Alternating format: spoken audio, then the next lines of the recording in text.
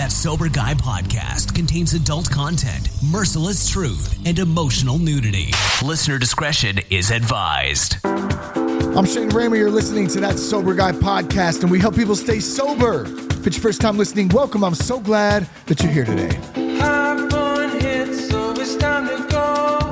Shout out to Humans Music. Thank you to those guys for bringing us in. If you're looking for ways to quit drinking, go to thatsoberguy.com. All the resources you need are there. Be sure to check us out on Instagram at That Sober Guy Podcast. Give us a follow. We'd appreciate that. Also on X at That Sober Guy Pod. One thing that I'd love for you to do if you do go to the website is join our Victory Circle Sober Guy men's group. It's a free group.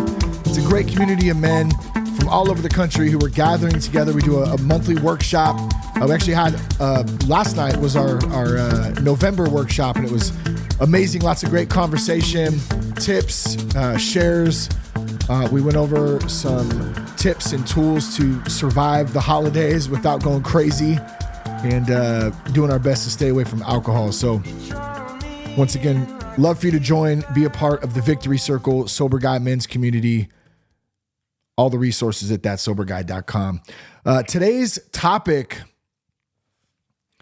where'd it go? There it is. Alcohol as a tool for social control, closer look at pandemic policies. And basically what this is, we're going to talk about how alcohol has historically been used as a tool for social control, as well as this weird kind of paradox that we saw during the bullshit pandemic where liquor and tobacco stores remained open while gyms and health stores and other healthy options, just even small businesses, were forced to close.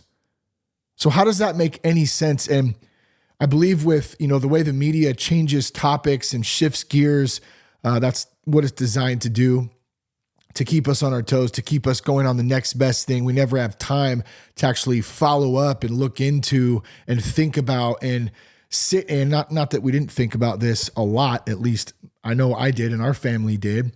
Couldn't make sense of it. But it's all been forgotten to some extent by the mainstream. And so I thought it was important to talk about today. And also because I am so passionate and so and I so much believe that alcohol is used as a tool for social control. And there's a lot of history to back that up, which we'll go into just a little bit today. But more importantly, or just as important, I should say, when I say that, when we're, we talk a lot about quitting alcohol, quitting drinking on this show, and a lot of it equates to, you hear me say it all the time, becoming better fathers, husbands, leaders in our communities, just better overall human beings, better men, better leaders. And all of that stuff is so true. And I 100% believe that. And I believe that there is some purposeful direction in blocking us from doing all that stuff with alcohol, with drugs. I think that there is a targeted effort in that because it does make it much easier to control a society, to control a culture, to control men in particular from being great leaders and leading their families and leading communities and just living out their full God-given purpose. And so alcohol is a huge, huge roadblock to that when it's abused and used habitually to deal with life, or the art of escapism, which is something else we'll dive into a little bit today as well. I don't talk about this, I don't think nearly enough, and it's come to my attention lately. I've been thinking about it quite a bit more.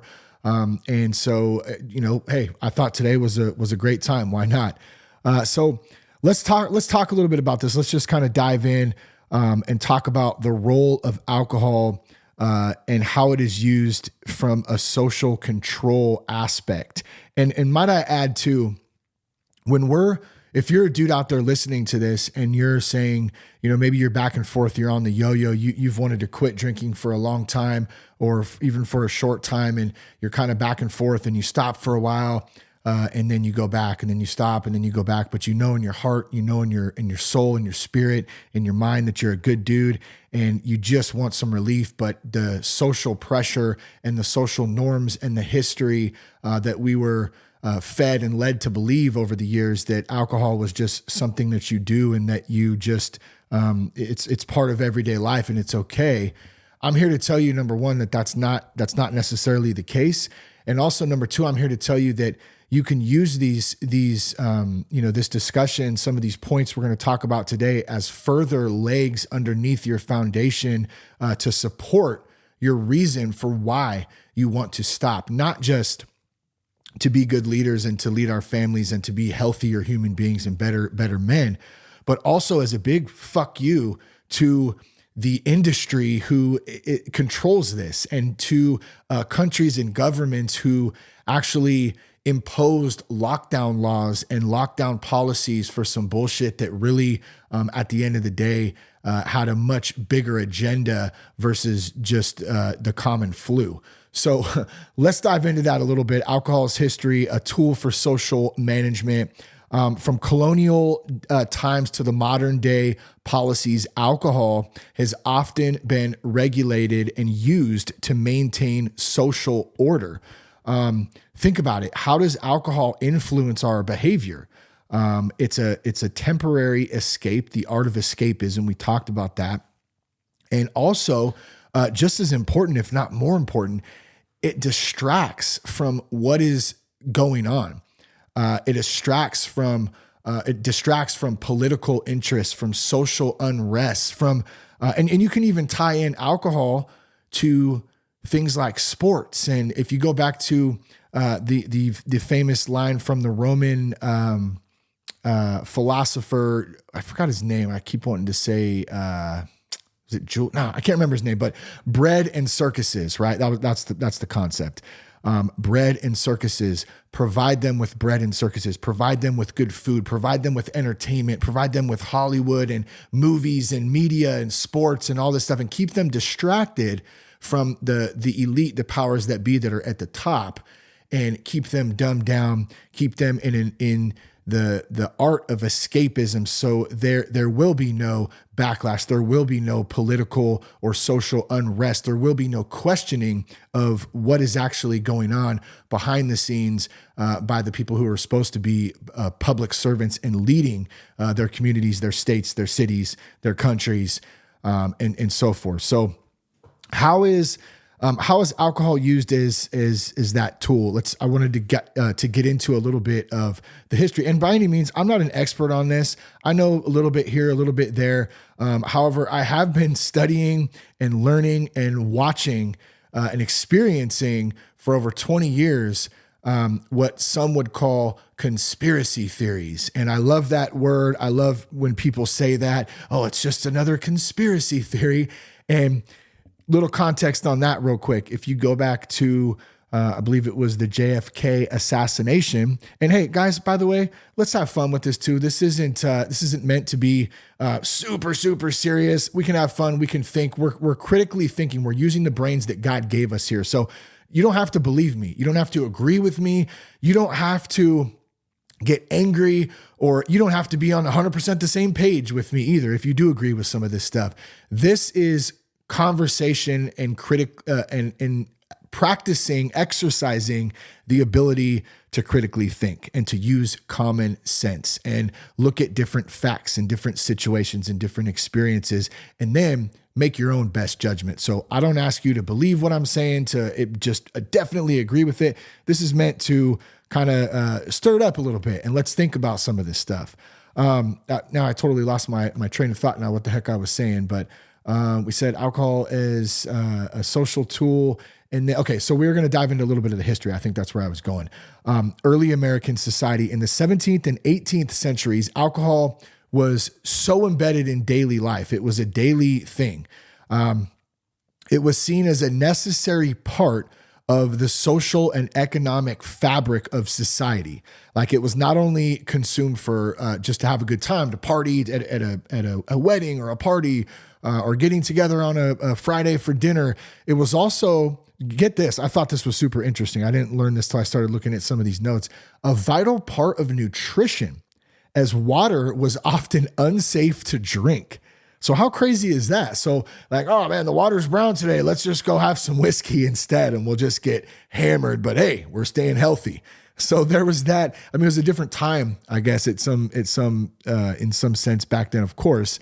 But I would tend to argue a little bit with that. Like, is that, I mean, you don't want to necessarily drink shitty water and get sick. I get that. But at the same time, if you're drinking alcohol, you could potentially get sick and do something stupid. So I don't know what the hell's here, but apparently that's the way that it was looked upon back in the 17th and 18th centuries. Also, alcohol as a unifier, right? Colonial leaders and settlers often use alcohol as a tool to unify communities, to bond communities together, to maintain this social harmony. It was like this center point that people could gather. Taverns became central places for social interactions, political discourse, even and even local governance. The establishments were kind of the glue that held the early American communities together.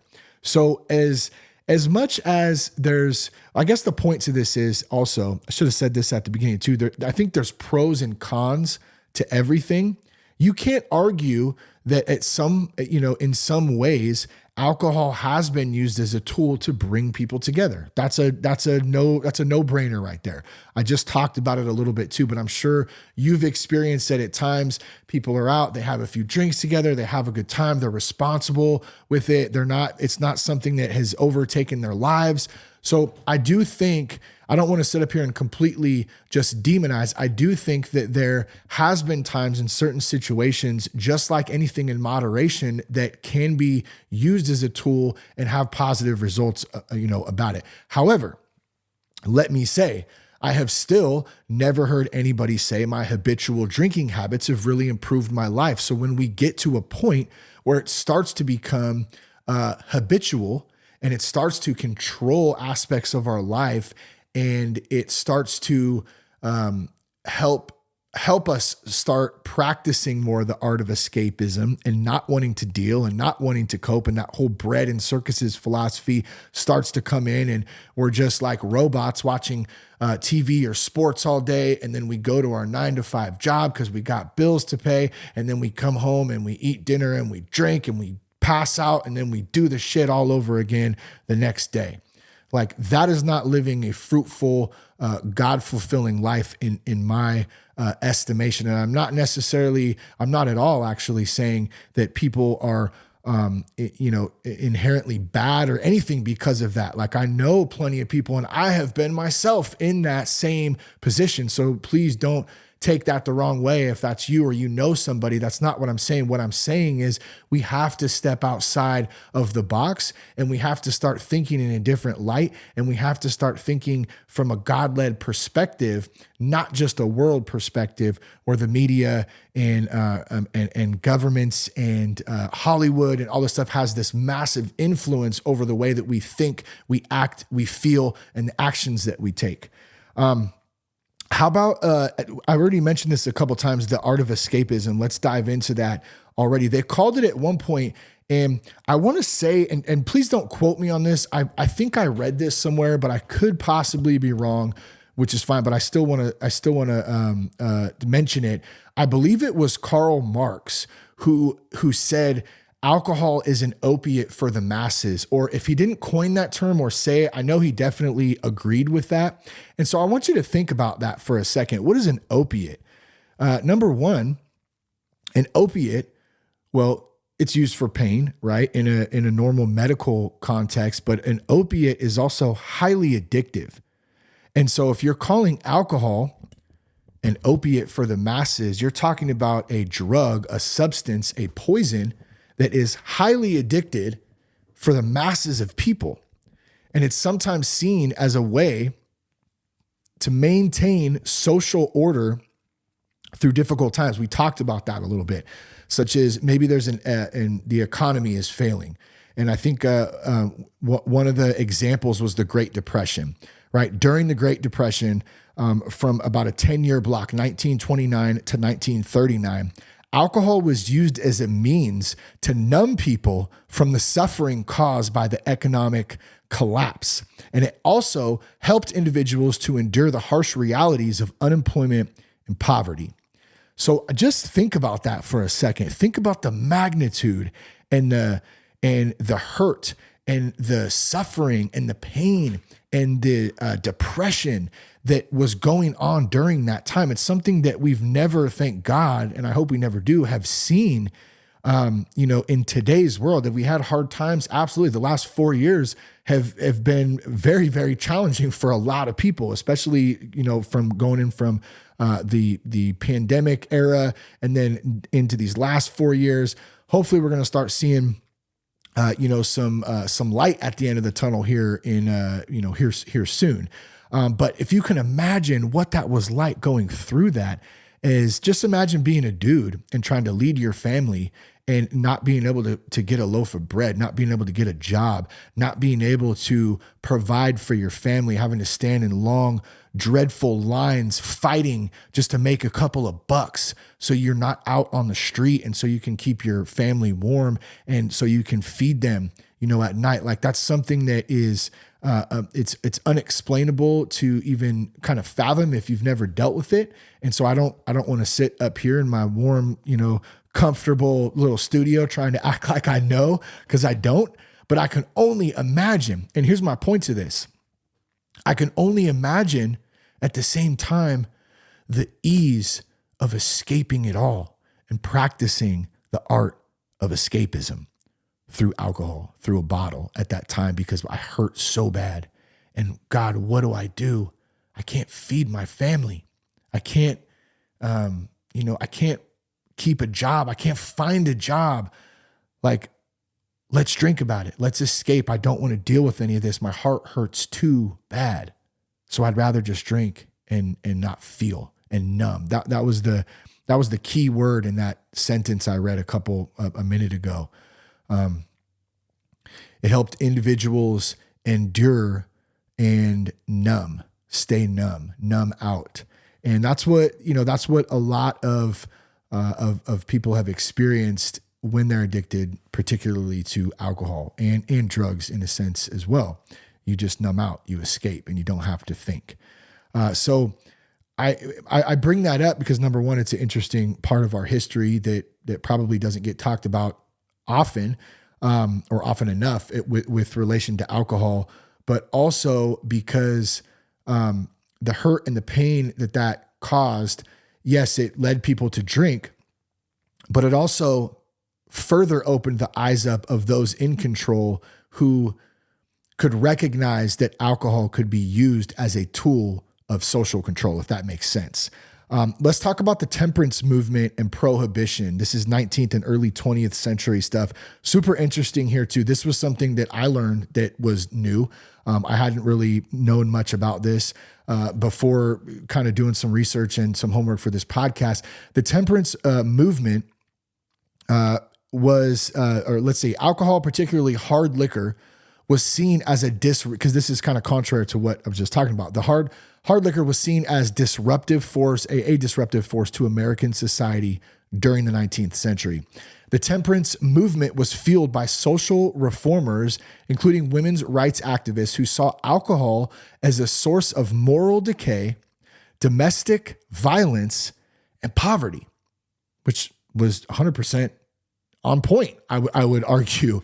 And it was funny when I was reading that, I thought of, do you remember one of my favorite shows, Married with Children? No ma'am, baby. No ma'am. I thought about the women's rights activists. No ma'am. And I know it's not making a joke out of that, but that was a freaking great show. And that part was funny. I don't know why it just reminded me of that. And I also will say this too. You never go back and watch Married with Children, especially if you have kids and a family now, because you never appreciate Al Bundy and you never understand his character on that show to the fullest extent until you have a family of your own. And it's quite hilarious. Okay, moving on. Social control through abstinence. Okay, so we're still talking about this temperance movement. The movement aimed to control behavior by promoting alcohol abstinence.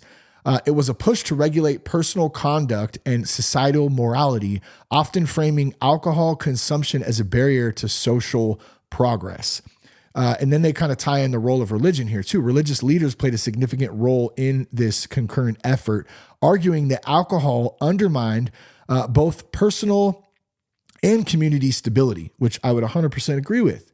Their influence was critical in shaping social policy, leading to laws restricting alcohol availability in certain states, which leads us into Prohibition 1920 to 1933.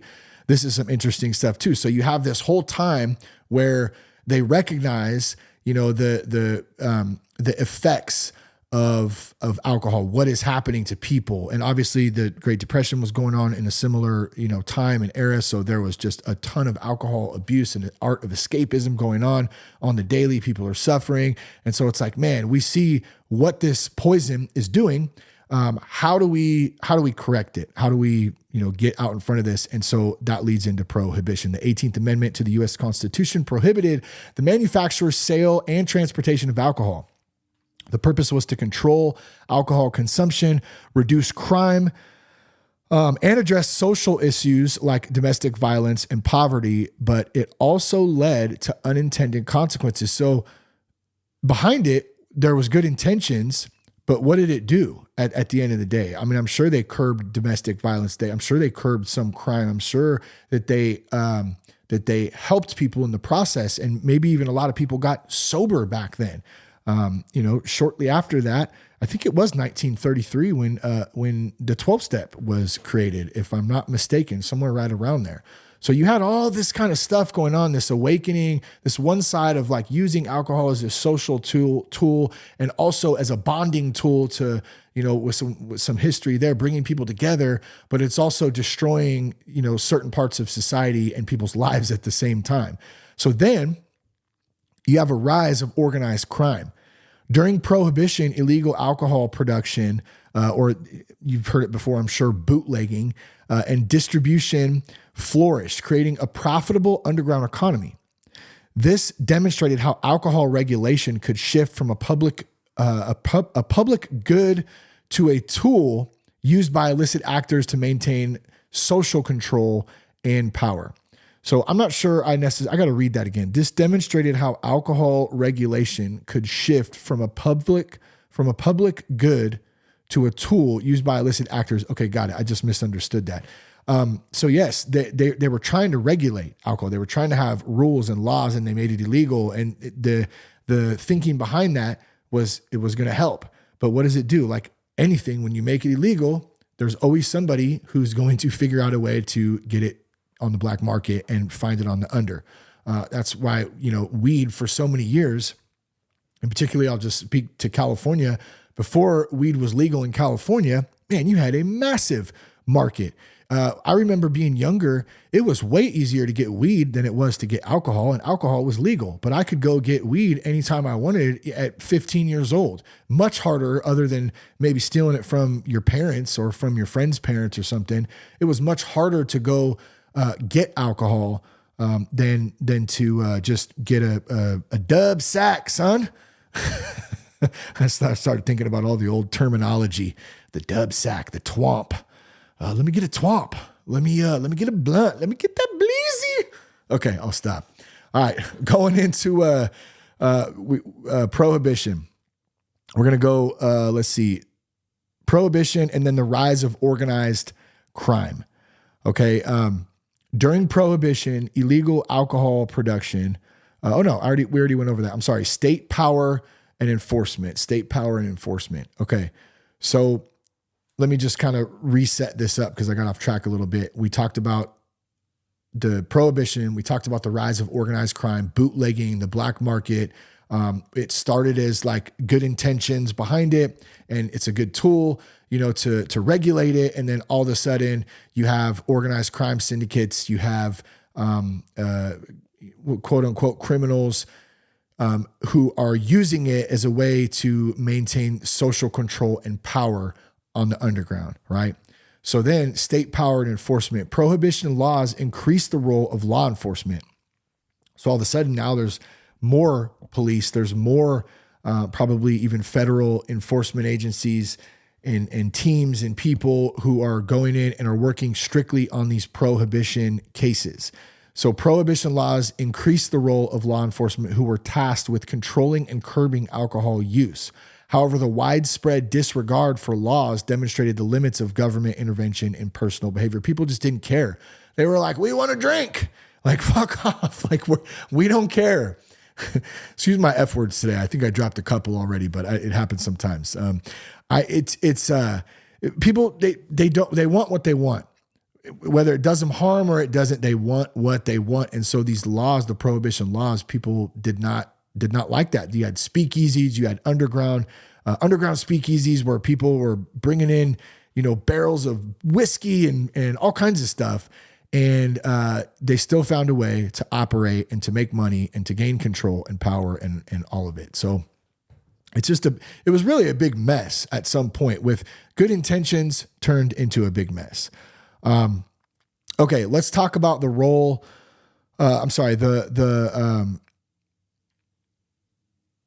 Modern alcohol regulation and social control. So we're going to kind of go into that. We talked a little bit about history. I think I still want to go into the urban areas of social control, but we'll get there in just a second. The role of alcohol in social class and behavior, alcohol taxes and public funding. So in the modern era, alcohol has really become a critical source of revenue for governments. Taxes on alcohol sales. Just think about that. I mean, how much money comes in? It's absolutely, no doubt, billions, if not more, but definitely billions of dollars for local, state, and federal governments with alcohol taxes. And these funds are often used to support social programs like welfare, healthcare initiatives, other stuff as well. And the state can control alcohol availability through such taxes, which also regulate its consumption. So what about controlled distribution and liquor laws? Because it differs by state, right? I'm sure whatever state you live in, there's certain states where you can't buy alcohol on Sundays. You can't buy it after a certain time, or there's certain states where you can buy it anytime. It kind of depends on where you're at and what those different state laws look like. The regulation of alcohol through licensing and restrictions on sales hours is still a primary means of controlling its social impact. States have varied laws on alcohol, such as the legal drinking age, 21, dry counties or blue laws that restrict alcohol sales on Sundays, which I mentioned. These laws serve to control when, where, and how alcohol is consumed, indirectly shaping social behavior. So does some of that have impacts on how alcohol is distributed, how it's used, how it is, how much it's people are addicted to it? Absolutely. I'm sure it helps, but at the end of the day, sorry, I had to take a drink there. At the end of the day, it's still an issue, regardless of those different laws and controlled distribution laws and all that stuff. What about alcohol in urban areas and social control? This one is definitely interesting. In urban areas, alcohol consumption has often been linked with the regulation of certain communities. For instance, African-American neighborhoods in the early 20th century, cities often face disproportionate policing related to alcohol consumption, particularly in clubs and speakeasies during Prohibition. And then also, have you ever asked yourself this? Like, I know I've talked about it on the podcast before, and when we talk about using it as a social control tool, why is there alcohol and liquor stores on every corner in specific parts of cities? And I'm not just saying like in lower income or maybe a poverty-ridden part of a city. I'm talking about even like all over the place. Even you're probably not going to get it in your like rich upscale, they got the FU money stuff going on as much, but even just in general, like middle class, like communities, you're going to see like where we live. I know down the street, there's a huge liquor store, liquor right on the side, right? And they sell it at grocery stores. They sell it all over the place. It's everywhere. It's so easy to get if you're 21, and probably even if you're, like I was saying earlier, it was easier to get weed. It's still probably not that difficult to get. Although I will share this. I remember one time, me and my buddy Chad, We wanted some Mickey's 40s. Man, we wanted Mickey's 40s and cigarettes. And I think we were maybe 16. Yeah, probably like 16, right around there. And we shoulder tapped, man. There was this little liquor store, JJ's in Vacaville. And we were hanging out there, and we walked over there because it wasn't far from my house. I remember we were like kicking at the park or something, and we're like, man, let's go see if we can get some 40s and some cigarettes, man, and we'll hang out. And so we walk over, and like there's this dude walking in, and we shoulder tap him, and hey man, can you buy us some alcohol? Yeah, we want a couple of 40s and some cigarettes. And oh yeah, sure, guys, sure. This dude, I don't know, I guess he had no clue. He's like, yeah. So we give him some money. He buys us the 40s and the cigarettes. And when he comes out, he hands them right to Chad, and Chad grabs the bag. And then sure as shit, this white van pulls up like out of nowhere. And the door swings open, and these two dudes jump out, and they like show their badges, or I don't even know. It was like chaos. Police or whatever. It was a sting. We got freaking caught in a sting, man. It was ridiculous at the time. And I had to call my mom. I remember she came cruising up in the 1990 brown Ford Taurus to pick me and Chad up. And man, she's shaking her head like, are you kidding me? I don't know what happened. I think Chad got a ticket or something. But in any case, that was us trying to get alcohol even at 16 years old. And so I don't know that there's necessarily a great point to that story other than it's kind of funny. But I also think it explains the reality of the normalcy bias, even from a 16-year-old kid who watched alcohol as a big part of our family growing up, and then watched it on MTV and movies. And the mind control aspect of the push of this substance to use is unlike anything. It's huge. It's huge. And there's lots of different avenues of it. But even as a 16-year-old kid, I was already hip to the fact that like, hey, this is just what I'm supposed to do. Let's hang at the park, and let's go get some 40s and Mickeys and some cigarettes and just kick back and drink and, do our thing at 16. Like, that is not a healthy way of thinking and of being raised up in a sense too. And no offense to my parents or anything. That's not what I'm saying there. Like, they did the best they could, but I'm just saying from a world standpoint, we are bombarded as kids. And then of course, as we get into adulthood as well. And it's freaking crazy. So I'm gonna go back to this. Use this, what we're talking about today, what I'm talking about today, when I'm sharing personal stories and some of this info, history info, and just the overall look of alcohol as a tool for social control. Use it as a foundation to go, you know what? I don't want to be a part of that anymore. I don't want my kids to be a part of that anymore. I'm tired of these huge companies making billions and billions of dollars on the backs of Americans who are losing. And just even globally, just people in general, human beings who are losing everything, their minds, their hearts, their spirits, their souls, their lives, their families, their jobs, because it's so addictive and it's pushed so hard. Okay, so I kind of got off track there, but I let me jump back into this urban areas. We talked about the neighborhoods in 20th century, often facing disproportionate policing. And then the presence of liquor stores and bars in certain urban neighborhoods has been used to regulate the social order, with businesses catering to certain racial or ethnic groups, sometimes contributing to class divisions and reinforcing social norms. You can't argue that that's not true because you can see it with your own eyes. And I just explained it from a 16-year-old perspective as well. Like middle class, like just normal kind of, I'm not even like just regular little small town.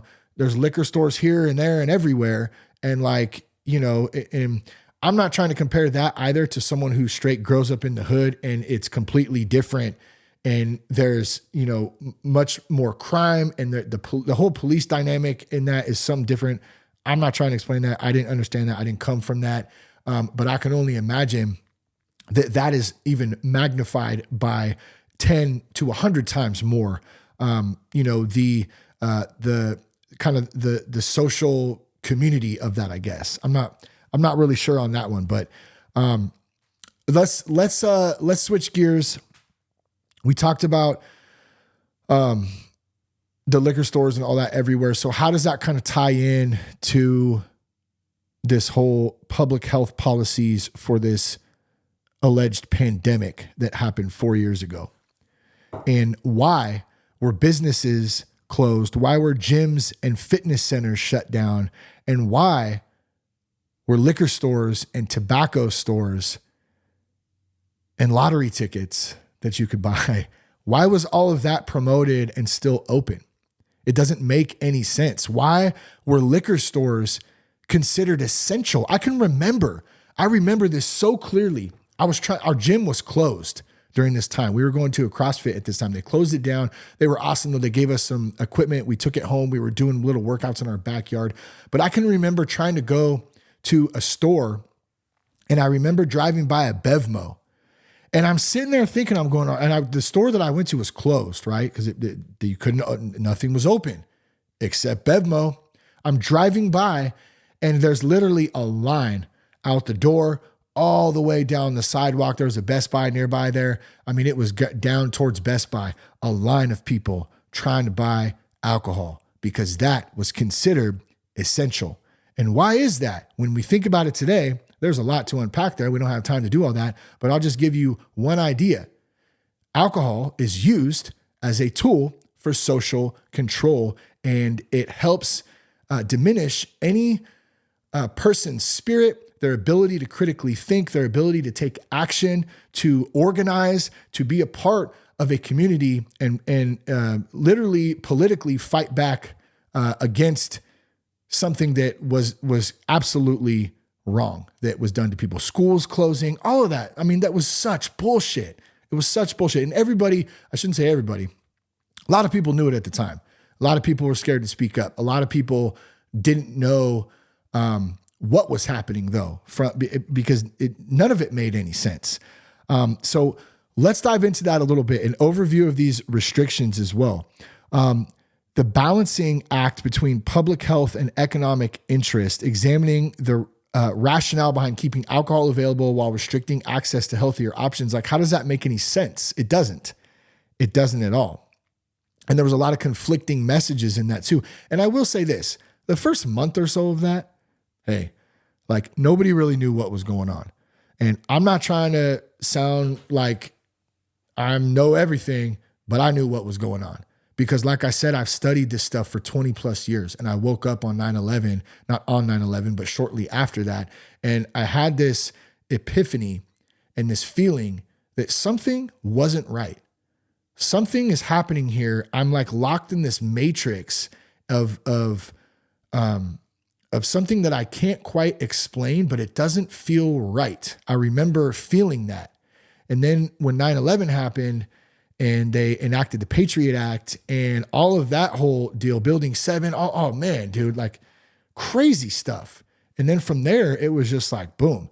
And that's the funny thing is that was the initial thought of this illusion between the two-party system as well. Wait a minute, the media, the corporations, the government, like they're all in this shit together.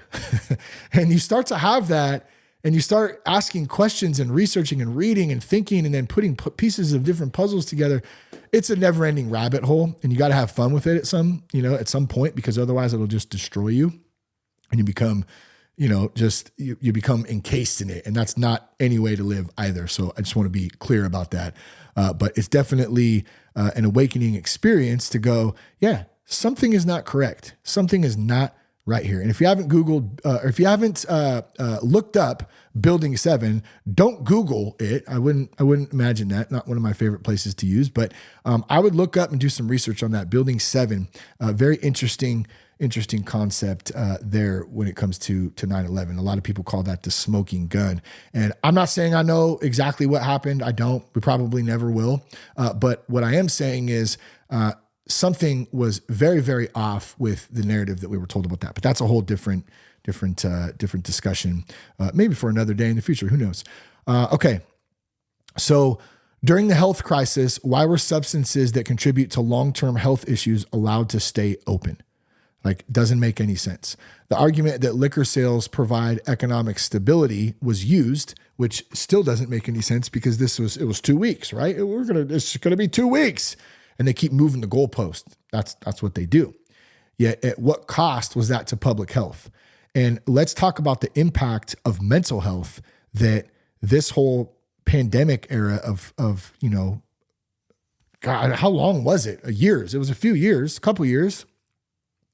Alcohol consumption as a coping mechanism during lockdowns was absolutely, I remember looking at those numbers. I should have got some of those numbers actually and put those down. I didn't do that in the pre-production for this, but I know for a fact it was like through the roof because I do remember looking at them and going, holy shit, like that's crazy. Like people were losing their minds. People didn't know how to deal. And rightfully so. You don't understand. It's a lot of confusion. There were people who were sick and who were actually in the hospital. Of course, a lot of older people, and my respect and everything to people who had family members that they lost during that time. I definitely don't want to sound insensitive to that. I hope I'm not coming across like that at all. I know that was a real thing for many people. People were sick. I don't know.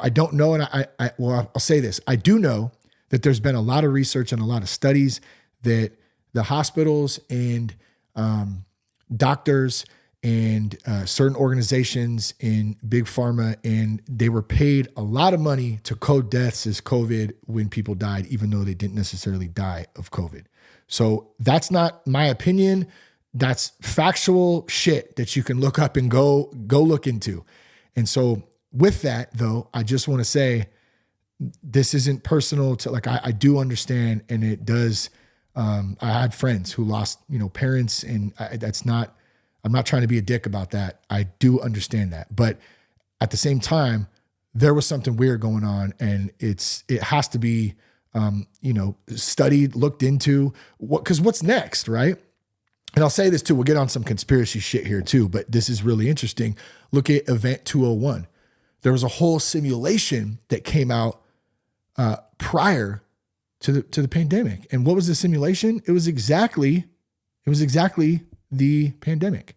They ran a fake ops of this before to see how it react. Fake news reports. It's crazy. And then they had the pandemic movie that came out on Netflix that was funded by Bill Gates. Then right after that, boom, you have this quote unquote pandemic in an election year. Imagine that.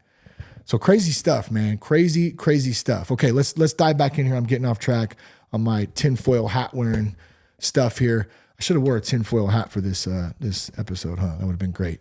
All right, where did I leave off at? Impacts on we were talking about mental health. So I wanted to say too that I did also, though, contrary to many people, my freaking mic boom stand here keeps jacking up. Sorry about that. All right, hold on. Is that better? Maybe that's better. All right, I'll just move around here a little bit. I will say that is that the right word? Contraire to many people using alcohol as, to deal and to cope. At the same time, there was many people who got sober. I did see, because that's when the whole sober movement moved to this digital space, which is crazy. And people quit during that time, believe it or not, which I know a couple of them personally, and they're still going strong. And that was one of the most amazing things, because you literally quit. If that's you out there, you're listening to this and you quit during COVID, you quit one of the most hardest times that, the country's ever seen. You stopped, you quit, you didn't buy into that. And so that was amazing. Okay, so social implications and future considerations, and we're going to wrap up here in just a minute. What does this say about society's priorities? The idea that quick fixes, alcohol in particular, are prioritized over long-term wellness, fitness, and mental health support. I think there's definitely something to that. You look at the pharmaceutical industry, everything is a pill. You look at, media, whatever. If you want to escape and have fun, you need to drink. It's quick fixes. That doesn't provide long-term health and wellness and overall mental health support. It's a Band-Aid, if anything, and it's a terrible Band-Aid. So, you want to go out. Sonny wants to go out. Okay, hold on. Let's get you out. My dog Sonny's so cool. He's a golden retriever. He was a rescue. Rescued him actually about a year ago this week. It was cool doing a rescue too. I've never done that before. And it was so awesome to see the growth from like having this dog who was raised in a barn with like 10 other dogs and had no human interaction. I think it's like kind of like a puppy mill type of thing. Had never been loved before, never been cared for, nothing. Didn't even know how to walk. He knew how to walk, but not like take a walk with a human being. And to watch his growth over the year. And then now he's just such a part of the family. So I would definitely recommend that too. Having a dog, man, and rescuing one if you get a chance. Pretty dang cool. All right, he's out of here. Let's dive back into this, and then we're going to wrap up, like I said, in just a minute. So we were talking about the idea for quick fixes. Like, what does that quick fix look like? And that's what everyone's looking for. And I feel like it even kind of ties into the short attention spans that we have these days. I even find myself, it's kind of hard to watch like a 2-hour movie now. Do you guys find that the same too? Do you have a hard time doing that sometimes? Because we're just bombarded with these short segments. And I think that's why I loved podcasting so much and continue to love podcasting, those long format conversations, because it allows us the time to sit and practice and enjoy the art of the conversation. It's losing, it's a losing art form, I feel like, in a lot of ways. But that same concept kind of applies to the quick fixes. I think let me share this real quick. My wife has worked as a paraprofessional recently at a middle school. And it's unfortunate, and it's not just her. We hear this a lot, and you hear it all the time. Actually, you hear it all from different people and on the news and whatever, but the amount of drugs that kids are on, whether it be Ritalin or, there's other different ones too. I'm not an expert by any means in any of them, but I know that there's so many kids that maybe they have behavior issues, they have learning issues, there's multiple reasons. And then the doctors, unfortunately, it's like, here's a pill, just pop that pill and then you're good. He didn't take his meds today. He's all crazy now. Well, wait, did we talk about this first? And I should say, I know that short term, there are beneficial situations where people need to take medication. So I'm not stupid to that. I get that. I know people who have had to take them for short periods of time and they have helped them. Okay. Is it a long-term, lifelong thing? Maybe it is for some people. I don't know, but I'm saying for the majority, I think that we should start looking at different solutions and different alternatives, like diet, not having dyes in our food, like all the processed, highly processed food. That's why I was so excited for RFK to lead the public health department coming up, because maybe we're going to see some change in that aspect. Our kids are addicted to shitty food, and even adults. Like I don't eat perfect all the time. I'm definitely way more aware than I was before. But point being, back to the quick fixes thing, we look at our food, the contamination in the water, fluoride in the water. You have dyes, all processed foods, and it's just, it's not good for our bodies. It's terrible. And instead of taking a look at that and taking a look at a healthy diet, healthy exercise, sunlight,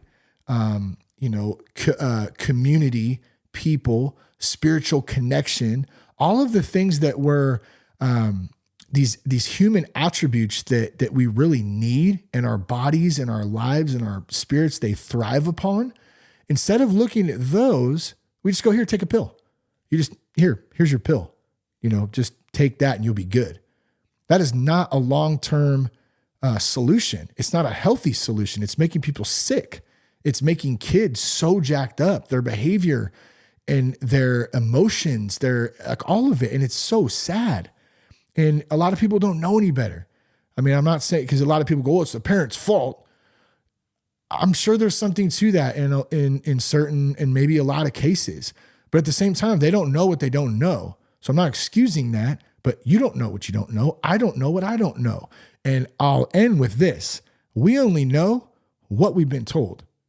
So to tie this all up today, That is why I would say to do your own research. It's so important to use the brain that God gave us, to do your own research, do your own homework, think for yourself. Don't just see something on TV and believe it. Look into it. Does it make sense? Does it make common sense? What is the facts behind it? Everything I said today, question. You should go, that's not right. You should go look it up yourself and try to find some info on it. That is how we grow as a people. That's how we grow relationships. That's how we get better as a society. It's not by escaping. It's by paying attention. It's by doing the next right thing. It's by taking care of ourselves spiritually, mentally, physically, emotionally. It's by being in community. It's by having great attitudes, being in gratitude, and serving one another as much as we can. So let's see if there's anything else I want to hit on, and then we're going to wrap up. I think that's pretty much it, though. A lot there, I know, and I know I kind of went through some of that fast, but I really appreciate y'all tuning in today. This was something a little bit different that I've been wanting to hit on for quite a while, and hey, today was the day. So alcohol as a tool for social control, a closer look at some of these policies. Was that what we titled it, or was that what I did it before? Let me just check real quick. Yeah, that's right. Alcohol as a tool for social control, a closer look at pandemic policies. So think about that. Do some homework on it. Do some research. If you have questions, feel free to reach out at that Sober Guy Podcast on Instagram. I would love it if you joined our Victory Circle Sober Guy Men's community. You can do all that. You can look at one-on-one coaching options, more podcasts, everything by going to thatsoberguy.com. I appreciate you guys tuning in today. Until next time, keep your blood clean.